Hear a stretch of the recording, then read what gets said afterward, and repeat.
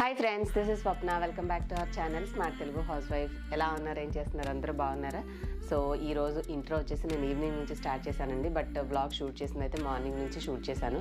So ఉదయాన్నే ఇవాళ కూడా మనకి కార్తీక మాసం లాస్ట్ డే కదా, 13th డే వ్లాగ్ అనమాట. సో ఈరోజు ఉదయాన్నే లేచాను, పూజ అయిపోయింది, బ్రేక్ఫాస్ట్ కూడా చాలా రోజుల తర్వాత ఇడ్లీ ప్రిపేర్ చేశాను. ఆ వర్క్ అయిపోయిన తర్వాత సాయంత్రం అయింది. మధ్యలో లంచ్ ఈరోజు అరటికాయ టమాటా కర్రీ చేశాను. చాలా బాగుంటుంది. మీలో ఎంతమంది అరటికాయ కర్రీ చేస్తారు అనేది నాతోటి, అరటికాయ అయితే ఏం రెసిపీస్ చేస్తారో చెప్పండి. నాకైతే ఈ మధ్యకాలంలో ఎక్కువ కూర నచ్చడం వల్ల నేను కూరకే ప్రిఫర్ చేస్తున్నాను. ఇంతకుముందు ఏంటంటే స్నాక్స్గా మనము చిప్స్ లాగా కూడా చేసుకోవచ్చు, అలా చేసేదాన్ని.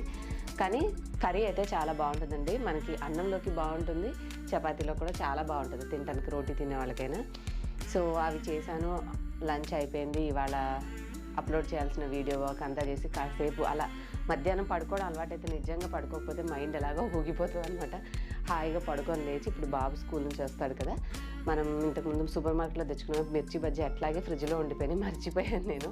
సో ఇవాళ బజ్జీ చేద్దామని చెప్పేసి ఆ ప్రాసెస్ అయితే కిచెన్లోకి వెళ్ళి చేస్తున్నాను. సరే మీరు కూడా రండి నాతోటి, వెళ్దాం పదండి. Hi friends, welcome to another day in my life. ఇప్పుడు వచ్చేసి నా మార్నింగ్ రొటీన్లో నేను చేసే పని వచ్చేసి మీకు ఎప్పుడు తెలిసిందే కదా, ఉదయాన్నే నట్స్ అనేవి తింటూ బాబుకి మిల్క్ షేక్ చేయడానికి అన్నీ కూడా ప్రిపేర్ చేసుకున్నాను.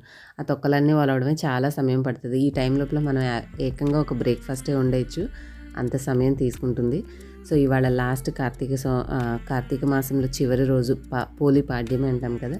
ఉదయాన్నే లేచి ఇంట్లో పూజ అయిపోయింది. అలాగే ఇంట్లోనే ఒక చిన్న గిన్నెలో నేను మామూలుగా దీపం, మనం మామూలుగా చెరువులో వదలాలంటారు కదా అరటి డొప్పల్లో, అనుకోకుండా మన దగ్గర అరటి పువ్వు తీసుకొచ్చాం కదా. సో ఆ డొప్పలోనే దేవుడి దయ వల్ల నాకు ఎందుకు అనిపించిందో కానీ అలాగా చక్కగా అది ఉండడం వల్ల ఆ డొప్ప ఒకటి తీసుకొని దాంట్లో వెలిగించేసి ఇంట్లోనే ఒక గిన్నెలో వదిలేస్తున్నాను. సో ఆ దాంతో పూజ అయిపోయింది, అంతా ఫ్రెష్ అయిపోయి హాయిగా. అసలు ఉదయాన్నే మార్నింగ్ వైబ్ ఎంత బాగుంటుందంటే మిగతా కాలంలో కంటే చలికాలం ఇంకా బాగుంటుంది. ఆ చల్లదనానికి పచ్చగా ఉంటాయి అంతా, ఎటు చూసినా చాలా బాగుంటుంది. సో కాసేపు ఒక 10 నిమిషాలు అట్లా బయట ఉండేసేసి ఇక వచ్చిన తర్వాత బాబు అయితే మళ్ళీ కాంపిటీషన్స్ ఉన్నాయండి స్విమ్మింగ్. సో దానికోసం ప్రాక్టీస్ అని చెప్పి వాడిగా చదవకుండా స్విమ్మింగ్ ప్రాక్టీస్కి వెళ్ళిపోతున్నాడు. ఇంకా నేను తను వచ్చేసరికి మిల్క్ షేక్ చేద్దాంలే అనేసి ఆ ప్రిపరేషన్ చేస్తూ టిఫిన్కి కూడా ఇక ఆఫీస్కి వెళ్తారు కదా మా వారు, తనకు కూడా చేద్దామని ఇవన్నీ నిన్న నైటే ఇడ్లీ పిండి రుబ్బి పెట్టాను. మామూలుగా బయట పెడితే అస్సలు పులవదంటే అది అలాగే శుద్ధలాగా ఎంత వేసామో అంతే ఉంటుంది. అందుకని ఓవెన్ కానీ ఏదైనా ఒక పెద్ద గిన్నె లాంటి దాంట్లో మనం మూత పెట్టి ఉండగలిగే లాంటి చోట పెడితేనే కొంచెం ఈ చలికాలం పిండి అనేది పులుస్తుంది. నేనేం మరీ తొందరగా కూడా గ్రైండ్ చేయలేదు, అరౌండ్ 10 తర్వాతే చేశాను. అయినా కూడా ఓవెన్లో పెట్టడం వల్ల ఏంటంటే మంచిగా ఉదయానికి కరెక్ట్గా పులిసింది. 7:30 తర్వాత కదా మీరు చూస్తున్న వర్క్ రొటీన్ అంతా. ఇంకా మరి ఇడ్లీ అంటే పల్లీ చట్నీ ఆర్ కొబ్బరి చట్నీ కంపల్సరీ ఉండాలి కదా. డీప్ ఫ్రిడ్జ్లో మొన్న ఈయన ఒక కొబ్బరి చిప్ప తెస్తే చిన్న కట్ చేసి, యాక్చువల్గా ఆ కొబ్బరి చిప్ప తెచ్చింది పూజ దగ్గర వాళ్ళు తీర్థం చెప్పి ఒక చిన్న జిప్లాక్ బ్యాగ్లో ఆ తీర్థం ఇచ్చారు. నేను తీర్థం అయిపోయాక అదే జిప్లాక్ బ్యాగ్లో తెచ్చిన కొబ్బరి చిప్పని చిన్న పీసెస్గా కట్ చేసి డీప్ ఫ్రిడ్జ్లో పెట్టాను అనమాట. సరే అది కొంచెం నీళ్లు పోస్తే మనకి మళ్ళీ సాఫ్ట్ అయిపోతుంది, మళ్ళీ పచ్చి కొబ్బరి ఎట్లుందో అట్లాగే వాడుకోవచ్చు కదా. ఓపెన్గా పెడితే స్మెల్ వస్తాయి, కానీ ఇట్లాంటి జిప్లాక్ బ్యాగ్లో కానీ బాక్స్లో కానీ పెట్టుకుంటే ఎన్ని రోజులన్నా పాడవదండి. పచ్చి కొబ్బరి వేస్ట్ చేయకుండా అలా యూస్ చేసుకోవచ్చు మనము. ఇంకా నేనేం చేస్తున్నాను, ఇడ్లీ వేసేద్దామని చెప్పేసి పిండి ముందు ఎంత వేస్తానో అందాజుగా ఉంచుకొని మిగిలింది ఆల్రెడీ ఇంకొక గిన్నెలోకి పెట్టేసేసాను. ఇడ్లీ కుక్కర్ నాది ఎప్పటి నుంచో ఉన్న పాతదైతే అడుగున కొంచెం పగలడం వల్ల వాటర్ లీక్ అవుతుంది. ఇక దాన్ని తీసేసాను. ఆ మూత కూడా సైడ్ కొంచెం క్రాక్ ఇచ్చినట్టుగా ఉంది. కాకపోతే పెద్దది నేను తర్వాత కొనుక్కున్నాను చూడండి మీషోలో, అది చాలా హెవీగా ఉంది. నేను పెట్టుకునే షెల్ఫ్లో సగం స్థలం అదే తీసుకుంటుందని చెప్పేసి దాన్ని ఒక పక్కకు పెట్టేశాను. సో మరి అది వాడకుండా ఎట్లాగా అంటే ఇగోండి, నేను ఏదైతే రుబ్బానో అందులోనే మళ్ళీ ప్లేట్లు పెట్టేసేసి ఇడ్లీ పాత్రలాగా కరెక్ట్గా సరిపోయింది. 5 ప్లేట్లు పెట్టినా కూడా మంచిగా సరిపోయింది అనమాట.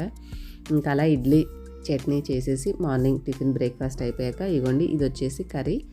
లంచ్లో అరటికాయ టమాటా కర్రీ చేశాను. చాలా బాగుంటుందండి అసలు టేస్ట్. ఇన్ని రోజులు ఎంతసేపు వేపుడు తిన్నాను, కానీ ఇలాగ కూడా ట్రై చేస్తే కాంబినేషన్ బాగుంది. అప్పటి నుంచి ఒక అరటికాయ ఉన్నా సరే చక్కగా ఒక పూటకు సరిపోయేలాగా కర్రీ ఈజీగా ప్రిపేర్ చేసేస్తున్నాను. ఇంకా అది అయిపోయిన తర్వాత సాయంత్రం రొటీన్లోకి వచ్చేసాను. కొంచెం గ్రేప్స్ ఉన్నాయి, ఈసారి తెచ్చినవి ఎందుకు చాలా ఎక్కువ పాడైపోయినాయండి. మళ్ళీ మా వారు తిడతారని మంచివన్నీ కలెక్ట్ చేసి ఒక గిన్నెలో పెడితే జ్యూస్ చేయొచ్చు కదా, ఉన్నాయి కదా గ్రేప్స్ అన్నారు. సరే అని చెప్పి జ్యూస్ చేస్తాను అనమాట. ఈ జ్యూస్ చేశాక స్నాక్స్ ప్రిపేర్ చేస్తాను.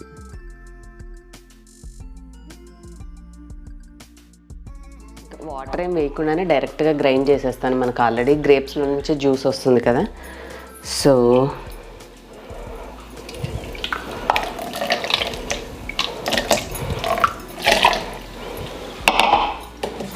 నాకు, మా వారికి, ఇద్దరికి, మా అబ్బాయికి కూడా తాగుతా అంటే ఇస్తాను. బట్ వాడి కోసం ఇవ్వండి మిర్చీలు రెడీగా ఉన్నాయి. చాలా రోజులైంది కదా చేసి, అడుగుతాడని చెప్పేసి ఇక వాడికి అవి చేద్దామని పక్కకు పెట్టాను.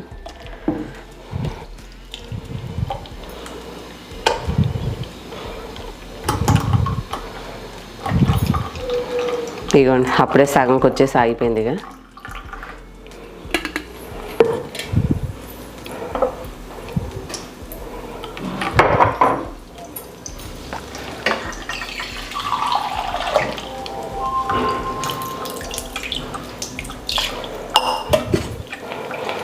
ఈ మిక్సీ జార్ని క్లీన్ చేసేసి దీన్ని ఇంట్లో పెట్టేసామనుకోండి, అది నిదానంగా అవుతూ ఉంటుంది. లాస్ట్కి నేను తాగుతాను. మా వారికి వచ్చాక ఇవ్వడానికి ఇది రెడీగా పెట్టేస్తా పక్కకి. అండ్ ఇప్పుడైతే మిర్చి కడిగేద్దాం.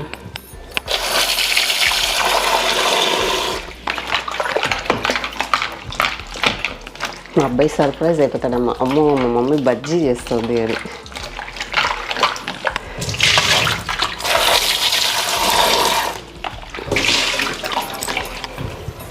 బజ్జీ మిరపకాయలే కాబట్టి ఘాట్ ఏమి ఉండవు, అయినా మరీ వేడి చేయకుండా ఉంటుంది కదా. కొంచెం సీడ్స్ తీసేద్దాం.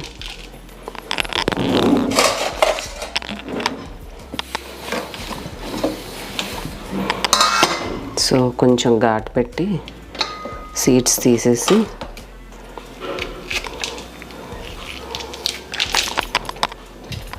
ఎక్కువ కాకపోయినా లైట్గా తీసేద్దాం. మిర్చి రెడీ చేసేసాను. అండ్ ఇదేమో స్ట్రెయిన్ అయ్యేలాగలేదు, దీన్నే మనం కాస్త స్పూన్తో అంటూ ఉంటే దిగుతుంది. పిండికి ఇందులోనే కలిపేసుకున్నాం. కొంచెం వాము కూడా పక్కన పెట్టాను. ఇదిగోండి చింతపండు గుజ్జు కొద్దిగా మనకి ఘాటు లేకుండా ఉండడానికి కాస్త పులుపు ఇది మనం అప్లై చేద్దాం లోపల స్టఫింగ్ లాగా. అందుకే ఎక్కువ నీళ్ళు పోయకుండా కొంచెం నీళ్ళు బాగా వేడిగా ఉన్నాయి పోసాను అనమాట. ఎక్కువ నీళ్ళు కాకుండా కొంచెం నీళ్ళు పోసి ఉంచితే వేడివేడివి మనకి గుజ్జు అనేది స్టఫింగ్ వస్తుంది. ఇంకా ఉంది, దీన్ని మనం దీపారాధన సామాన్ తోముకోవడానికి వాడుకోవచ్చు ఎక్స్ట్రా. దీంట్లో కొద్దిగా వాము అండ్ కొంచెం సాల్ట్ వేద్దాం. మామూలుగా సాల్ట్ వేయాల్సిన అవసరం లేదు, లైట్గా వేద్దాం, టేస్ట్ బాగుంటుంది కదా లోపల కూడా మనకి స్టఫింగ్ తినేటప్పుడు. ఎక్కువ కాదు, లైట్గా కొంచెం మజ్జిగలో వేసుకున్నంత అంతే. ఎందుకంటే మళ్ళీ పిండిలో కూడా వేస్తాం కాబట్టి అందులో ఉంటే మనకి బాగా ఎక్కువైపోతుంది.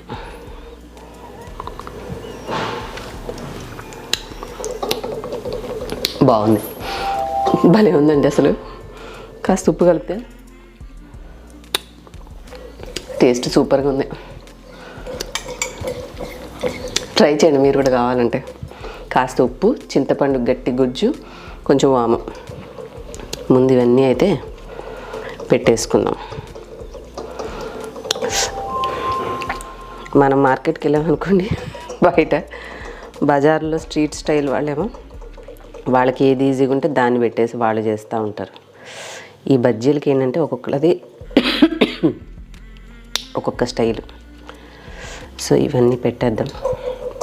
వచ్చేస్తున్నట్టున్నారు, టైం అవుతుంది. నేను తర్వాత తాగొచ్చు. ఫస్ట్ ఉప్పు తీసేయడానికి పిండికి సరిపడా కాస్త ఉప్పు వేసేస్తున్నాం ముందే. యా, ఇంత సరిపోతుందిలే, ఇది అర్థం ఉండదు ఇక. అండ్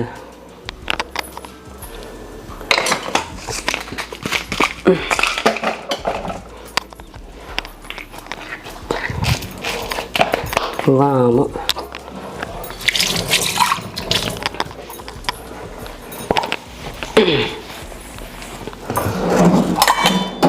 ఎప్పటికప్పుడు ఈ గిన్నెలు తీసేస్తూ ఉంటే ఫ్రీగా ఉంటుంది మనకి. ఇంట్లో పట్టించినటువంటి బ్రౌన్ రైస్ బియ్యం పిండి. సో ఒక 2 స్పూన్స్ వచ్చేంత. ఇంట్లోనే శనగపప్పుతో పట్టించినటువంటి చనా ఫ్లోర్, శనగపిండి. ఎంత సాఫ్ట్గా ఉంటుందంటే మంచిగా సాఫ్ట్గా ఉంటుంది. చూడండి పౌడర్ లాగా ఎట్లా ఉందో, మీకు బాగా పట్టారు. సో 2 స్పూన్స్ వేసాం కాబట్టి ఇది ఒక 5 స్పూన్స్ వేద్దాం. అంటే 1 కప్పు పిండి వేసుకుంటే 1 పావు కప్పు బియ్యం పిండి సరిపోతుంది. బజ్జీలు కొంచెం బాగా రావాలంటే కొంచెం బేకింగ్ సోడా, వంట సోడా అంటాం కదా, సో అది కొద్దిగా వేద్దాం.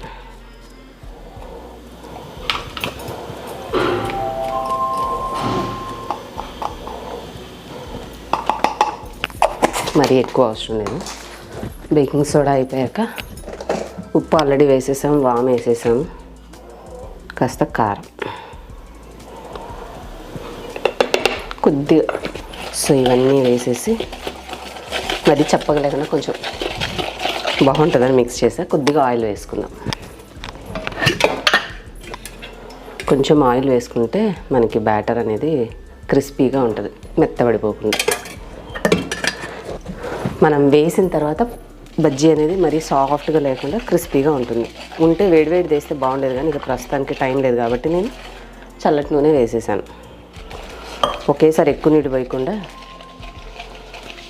చూసుకుంటూ, కొంచెం మరీ గట్టిగా ఉండకూడదు, మరీ లూజ్గా ఉండకూడదు, సెమీ సాలిడ్ అంటాం చూడండి అట్లా. ఇదిగోండి కొద్ది కొద్ది నీళ్ళు పోస్తే ఇట్లా తయారైంది, సరిపోతుంది. ఇదిగోండి చూడండి ఇట్లా.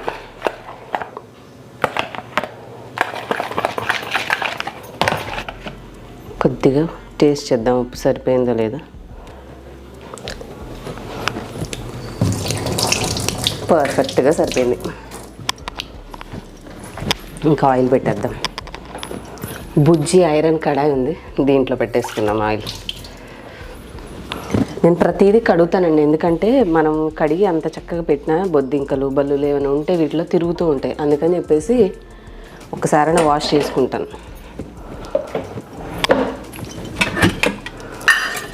So first oil పోసేద్దాం.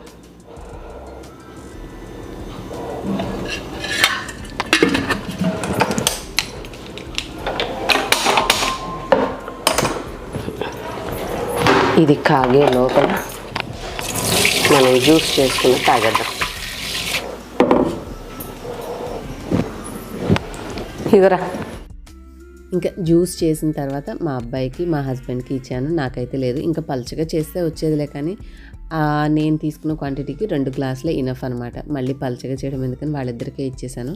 ఇంకైతే ఇగోండి పిండి మొత్తం కలుపుకున్నాము. మనం చక్కగా అది పెట్టుకున్నాం కదా చింతపండుది.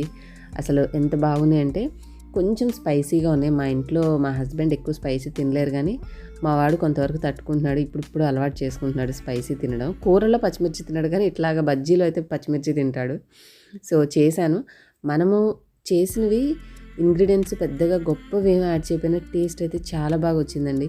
ఎంత క్రిస్పీగా వచ్చాయంటే బజ్జీలు మనకు అసలు సాఫ్ట్గానే అవ్వవు. మనం కొన్నిసార్లు బయట బజార్లో చూస్తుంటాం కదా, వీళ్ళు ఏంటి ఎప్పుడో వేసేసి అలా బయట గాలికి వదిలేసిన ఇంత కరకరలాడితే ఎలా వస్తాయి అని చెప్పి. నాకు ఇప్పటికీ గుర్తు, శిల్పారామంలో మామూలుగా హైదరాబాద్ వెళ్ళినప్పుడు ఒకసారి వెళ్తే జస్ట్ ఫుడ్ కోర్ట్లో బజ్జీ తీసుకుంటే ఒక్కొక్క బజ్జీకి ఎంతెంత కోటింగ్ పట్టించారంటే వాళ్ళు ఇంత లావుగా ఉన్నాయి. 2 బజ్జీలు ప్లేట్ 40 రూపీస్ అనమాట. నాకు ఇప్పటికీ గుర్తు. కానీ అంత థిక్గా ఉన్న తినబుద్ధి కాదండి, అంత పిండి ముద్ద తిన్నట్టే ఉంటుందన్నమాట. ఇవాళ నేను చేసినవి అయితే మంచిగా మనం లైట్గానే బేకింగ్ సోడా వేసినా కూడా మంచి గుల్లగా వచ్చాయి. అండ్ మనం ఆయిల్ వేసి పిండిని బ్యాటర్ని మిక్స్ చేసుకోవడం వల్ల చక్కగా క్రిస్పీగా భలే ఉన్నాయి. తింటుంటే ఆ చిన్న చిన్న ముక్కలు మనం వేసేటప్పుడు నూనెలో పడినవి కూడా భలేగా కరకరలాడితే చాలా బాగున్నాయి అనమాట. అసలు వాటికంటే కొసరు ముద్ద అన్నట్టు వీటికంటే కూడా అవి వేరుకుని తినడమే నాకు బాగా అనిపించింది. కొన్నే కదండి మిర్చి టకటక వేసేసాను. టేస్ట్ అయితే సూపర్గా ఉన్నాయి. అండ్ ఇంకొకటి మనం పట్టించుకునే పిండి క్వాలిటీ కూడా బాగుంటే బజ్జీలు బాగా వస్తాయి. నేను యూజ్ చేసిన శనగపిండి మనం పట్టించుకున్నది, అలాగే ఈ పిండి కూడా బియ్యం పిండి మనం ఇంట్లో పట్టించుకుంది కాబట్టి దానివల్ల కూడా రుచి బాగా ఎన్హాన్స్ అయింది. సో మార్కెట్లో తెచ్చుకుంటూ ఉంటాము, కానీ ఎంతైనా ఇంట్లో చేసుకుంది ఇంట్లోనేనండి. ఆ రుచి అనేది నిజంగా ప్రిపేర్ చేసినప్పుడు తేడా ఖచ్చితంగా తెలుస్తుంది మనకి. ఎందుకంటే నేను కూడా ఆప్షన్ లేనప్పుడు ఒక్కొక్కసారి బయటే కొనుక్కుంటాను కదా, సో అలాంటప్పుడు ఇంత గొప్పగా అనిపించావన్నమాట. చేసిన కొంచెం కండ్రుగాను బరకగా ఉంటుంది పిండి. మనం ఇంట్లో చేసుకున్న దాంతో టేస్ట్ అయితే భలే వచ్చింది. మా వాడు కూడా బాగా ఎంజాయ్ చేశాడు, నచ్చింది. అది తినటం వల్ల మనకి ఎంత హెవీగా కూడా అనిపించలేదు. ఎందుకంటే మామూలుగా మనం మిర్చి బజ్జీ చేసుకున్నప్పుడు తిన్నాక ఒక 3, 4 ఇష్టపడి తిన్న తర్వాత ఏమవుతుందంటే ఊరికే తేపులు వస్తూ అరగనట్టుగా ఏదో మనకు అనీజీ ఫీలింగ్ ఉంటుంది చూడండి, అస్సలు అలా అనిపించలేదు. ఇవాళ చేసిన ప్రాసెస్లో చేయడం వల్ల మనకి ఈజీగా టేస్ట్ కూడా ఎక్కువ కారం అనిపించదు, అండ్ తిన్న తర్వాత కూడా ఎక్కువ అంటే డైజెషన్ అవ్వలేని ఫీలింగు, గ్యాస్ ఫీలింగ్ అనేది లేకుండా చాలా బాగుందనమాట. సో కావాలంటే మీరు కూడా ఒకసారి ఇలా ట్రై చేయండి. నాకైతే సూపర్గా వచ్చాయి. హాయ్ అండి, ఇవాళ అయితే యమ్మీగా నేను చేసినటువంటి స్నాక్స్ బజ్జీలు ఇలా వేస్తే అట్లా అయిపోయినాయి. ప్రిపరేషన్ ఏమో బోల్డ్ అంత సేపు చేయాలి, కాకపోతే తినడం అయితే 5 సెకండ్లు అయిపోతుంది. మనం నిజంగా అసలు ఆ బజ్జీకి ఉండే ఫ్లేవర్ టేస్ట్ చెప్పొద్దు అనమాట. ఎంత బాగా వచ్చాయో, బాగా కుదిరాయి. టేస్ట్ అయితే చాలా బాగున్నాయి, మంచిగా బాబు కూడా ఎంజాయ్ చేశాడు. ఇంకా ఈసారి మళ్ళీ సూపర్ మార్కెట్ వెళ్ళినప్పుడు ఇంకా కొంచెం ఎక్కువ తెద్దామని అనుకుంటున్నాను. కొన్నే కదా అని చెప్పేసి చేసేసాను, అయిపోయింది. ఇంకొక మిగిలింది డిన్నర్ అయితే మామూలు కాలాల్లో కన్నా కొంచెం చలికాలం తక్కువే తినటం మంచిదనమాట. దానివల్ల ఏమవుతుందంటే డైజెస్టివ్ సిస్టమ్ బాగా పనిచేసి మనం అంత తొందరగా సిక్ అవ్వకుండా ఉంటాం, మన ఆరోగ్యాన్ని కాపాడుతుంది ఇమ్యూనిటీ సిస్టమ్ అనేది. ఎలా అనిపించింది ఇవాళ మీకు వీడియో? నచ్చితే లైక్ చేయండి, మీకు తెలిసిన వాళ్ళకి కూడా షేర్ చేయండి. నెక్స్ట్ వీడియోలో మళ్ళీ మిమ్మల్ని కలుస్తాను. మంచి రెసిపీ ఆర్ మంచి టిప్స్ చెప్తూ ఉంటాను కాబట్టి మీరు స్టిల్ మన ఛానల్ సబ్స్క్రైబ్ చేసుకోకపోతే సబ్స్క్రైబ్ చేసుకుని ఆల్ నోటిఫికేషన్ బెల్ సెలెక్ట్ చేసుకోవడం మర్చిపోకండి, ఓకేనా? అలాగే మన వాట్సాప్ ఛానల్ లింక్ డిస్క్రిప్షన్లో ఉంటుంది, పిన్ కామెంట్లో, అందులో కూడా ఫాలో అవ్వండి. నోటిఫికేషన్స్ మిస్ అవ్వకుండా ఉంటారు. నెక్స్ట్ వీడియోలో మళ్ళీ కలుద్దాం. బాయ్.